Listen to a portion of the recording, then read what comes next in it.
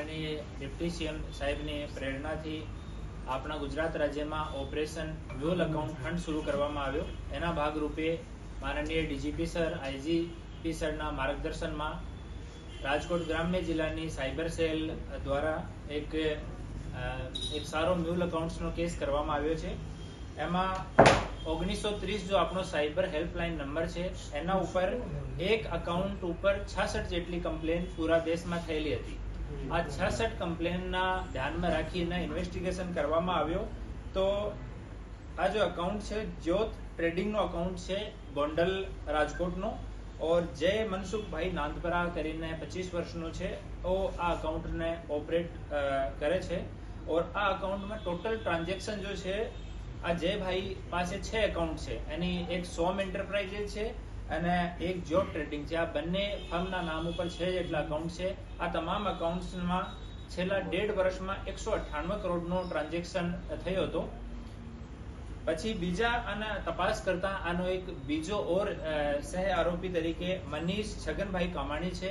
એના પણ એવા જ અકાઉન્ટ છે જેમાં ટોટલ 150 કરોડના ટ્રાન્ઝેક્શન મળ્યા. ત્રીજો પ્રવીણસિંહ ભૂપતભાઈ પરમાર, એના અકાઉન્ટમાં 33 કરોડ રૂપિયા જેટલા ટ્રાન્ઝેક્શન મળ્યા. એ 3 અકાઉન્ટ હોલ્ડર્સ છે. એ લોકો જો સાયબર ફ્રોડનો અમાઉન્ટ છે એને પોતાના અકાઉન્ટમાં લેતા અને અહીંયાથી એને કેશ વિથડ્રો કરીને 1 લાખ રૂપિયા ઉપર એને 200 થી 400 રૂપિયા કમિશન લેવાની એ વાત કબૂલ કરી છે. અને બાકીના અમાઉન્ટને એ લોકો એના જો આ ક્રાઇમમાં એનાથી જો ઉપરની કડીમાં માણસો છે એને અલગ અલગ શહેરોમાં મોકલતા હતા. આમાં આ ત્રણે માણસો જો અકાઉન્ટ હોલ્ડર્સ છે, એની સિવાય એક ઋષિત તુલસીભાઈ રૈયાણી છે, ગોંડલનો રહેવાસી છે. જો લોકો સાયબર ફ્રોડ કરે છે એની વચ્ચે બેંકમાં અકાઉન્ટ ખોલાવવાનું કામ અને અકાઉન્ટ પ્રોવાઈડ કરાવવાનો એ મીડિયેટરનું કામ કરે છે અને એકમુસ્ત એને રાશિ મળે છે. એના સિવાય મહેન્દ્રસિંહ કલ્યાણસિંહ જાડેજા, મયુરસિંહ મહિપતસિંહ વાઘેલા, એ બંને આંગડિયા પીઢીવાળા છે. આ બંનેનો જો આરોપી છે, જો સાયબર ફ્રોડના પૈસા અહીંયા મૂકે છે, આ લોકો સાથે જો મ્યુલ અકાઉન્ટ હોલ્ડર્સ છે એની સાથે, જો મ્યુલ અકાઉન્ટ્સના જો મીડિયેટર છે એની સાથે એ લોકો સતત કોન્ટેક્ટમાં રહે છે અને એની આંગડિયા પીઢી દ્વારા મેક્સિમમ અમાઉન્ટ અહીંયાથી રાજકોટથી કેશ લઈને અને બીજી જગ્યા અલગ અલગ શહેરોમાં મોકલવામાં આવ્યો છે. તો હાલ સુધીમાં ટોટલ જો અમાઉન્ટ છે એ 380 કરોડ જેટલો અમાઉન્ટ જે છે આ અકાઉન્ટ્સમાં કન્ફર્મ થયો છે. જેમાંથી આપનો જો 1930 સરકારનો સાયબર ફ્રોડ માટેની હેલ્પલાઇન નંબર છે, એમાં 130 જેટલી કમ્પ્લેન આ અકાઉન્ટ્સના વિરુદ્ધમાં પૂરા દેશમાંથી થયેલી છે. જેમાંથી 12 જેટલી કમ્પ્લેન્ટ્સ આપણા ગુજરાત રાજ્યની છે, બાકીની બીજા અલગ અલગ 11 રાજ્યની છે. તો આ અકાઉન્ટ્સની તમામની તપાસ હાલ ચાલુ છે. એ લોકો મોટા ભાગમાં યસ બેંકમાં, આઈસીઆઈસીઆઈ અને એક્સિસ બેંકમાં કરંટ ખાતા ખોલાવતા હતા. યસ બેંકમાં વધારે પ્રાયોરિટી આપવાનો રીઝન છે કે યસ બેંકમાં દરેક બ્રાન્ચ હોમ બ્રાન્ચ જેમ જ રહે છે, તો આમાં રેસ્ટ્રિક્શન ઓછા રહે છે. બીજો, એ તમામ આરોપી પોતાના અકાઉન્ટને એપીએમસી નો અકાઉન્ટ એપીએમસી સાથે લિંક કરાયો, કેમ કે ત્યાં ટીડીએસ એ લોકો કાપતા નથી. એપીએમસી ના જો અકાઉન્ટ રહે છે એમાં આ લિબર્ટી છે એગ્રીકલ્ચર ટ્રેડિંગના માર્કેટના અકાઉન્ટના કારણે કે આમાં ટીડીએસ કાઢવાની જરૂર રહેતી નથી. એના કારણે જો આપની ટેક્સેશન એજન્સીઓ છે એની નજરમાં એ અકાઉન્ટ્સ આવતા નથી, તો એના માટે એ લોકો એપીએમસી અકાઉન્ટ્સને પ્રેફરન્સ આપતા હતા.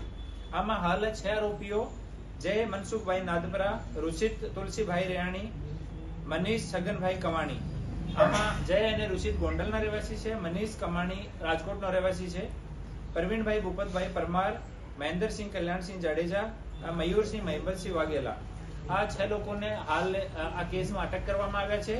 અને આદિલુદ્દીન હૈદરાબાદનો રહેવાસી છે, લાલાભાઈ યાકીબ ઝાલાવાડિયા ગોંડલનો રહેવાસી છે, હર્ષિલ નિલેશભાઈ શાહ ગોંડલનો રહેવાસી છે અને ભરત પરમાર મુંબઈનો રહેવાસી છે. એ 4 લોકો હાલ આ કેસમાં વોન્ટેડ છે, જેની હાલ તપાસ ચાલુ છે. અને એની તપાસ અમારા સાયબર સેલના પીઆઈ શ્રી રવિ ગૌતમ કરી રહ્યા છીએ. અને એમાં સાયબર સેલની ટીમ, અમારી એલસીબીની ટીમ, અમારી એસઓજીની ટીમ તમામ આમાં બહુ સારી કામગીરી કરી છે અને ઇન્વેસ્ટિગેશન જેટલા બેંકની ડિટેલ મળી છે આ તમામ બેંક પાસેથી માહિતી માંગવામાં આવી રહી છે અને એના પેરેલલ ઇન્વેસ્ટિગેશન તમામનું ચાલુ છે.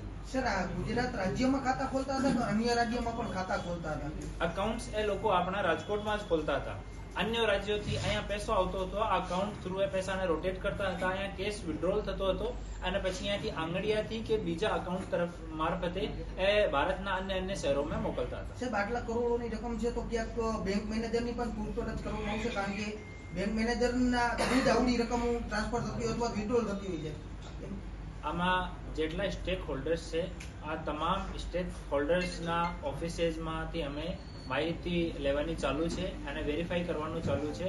આમાં કોઈ પણ જગ્યા કોઈ પણ માણસની સંડોવણી રહેશે તો એના વિરુદ્ધમાં કાયદાકીય કાર્યવાહી કરવામાં આવશે. સર, પછી આ લોકો કોલ સેન્ટર જેવું ચલાવતા, આખી ઓફિસ રાખતા, કઈ રીતે આખું ત્યાંથી ચલાવતા? આપણે જો અહીંયાના લોકો જેટલા આ કેસમાં અરેસ્ટ કરવામાં આવ્યા છે આ લોકોનો મેઇન કામ સાયબર ફ્રોડ થયા પછી જો અમાઉન્ટ આવે છે એ અમાઉન્ટને અકાઉન્ટમાં રાખવાનું અને ટ્રાન્ઝેક્શન કરીને બીજા અકાઉન્ટમાં મોકલવાનું કે અહીંયા કેશ વિડ્રો કરીને અહીંયાથી બીજા શહેરમાં આંગળીયા મારફતે મોકલવાનું. સર, આ કેટલા સમયથી? લગભગ 1.5 વર્ષથી તમામ લોકો જ કામ કરતા હતા. ચલાવતા ક્યાંથી? આનો કોઈ એમ ઓફિસ નો હતો. પોતાના જેમ કે અમુક લોકો ગોંડલમાં રહેતા હતા, અમુક લોકો રાજકોટમાં રહેતા હતા, એ તમામ લોકો પોતાના ઘરેથી એને ઓપરેટ કરતા હતા અને જ્યારે મેસેજ આવતો કે એટલા રૂપિયા આવી ગયા ત્યારે એને કમિશનના પૈસા બાદ કર્યા પછી બાકીનો અમાઉન્ટ બીજા રાજ્યમાં કે બીજા શહેરમાં એ લોકો મોકલતા. સાહેબ, ખાસ કરીને રાજકોટ અને સૌરાષ્ટ્રની અંદર રાજકોટ અને ગોંડલ બે મોટા માર્કેટિંગ યાર્ડ છે.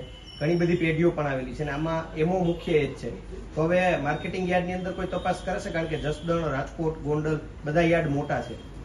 આમાં સાયબર ફ્રોડના ગુનાઓમાં એપીએમસીના જો અકાઉન્ટ છે એનો યુઝ થયો છે તો એક વખત અમે એપીએમસીના પદાધિકારીઓ સાથે એના બાબતમાં મીટિંગ પણ કરવાના છે અને એના વિષયમાં કે આ શું લૂપહોલ છે આપણા સિસ્ટમમાં એના વિષયમાં અમે વાત કરીને એના પછી જ આપણે સિંગલ વ્યક્તિને લિંક સાથે જોડાયેલા હતા કે મલ્ટિપલ વ્યક્તિઓ એની ઉપરની કડી કઈ રીતનું છે સામે મુખ્ય કડી અને ઉપરનો આદિલ જો છે ઓ મેન માણસ છે આમાં આ પૂરા આના ઓપરેટ કરવા વાળો હૈદરાબાદનો રહેવાસી છે. એને ગુનાહિત ઇતિહાસની ચકાસણી પણ અમે લોકો કરી રહ્યા છીએ અને એ લોકો તમામ એની નીચેની કડીના માણસ છે.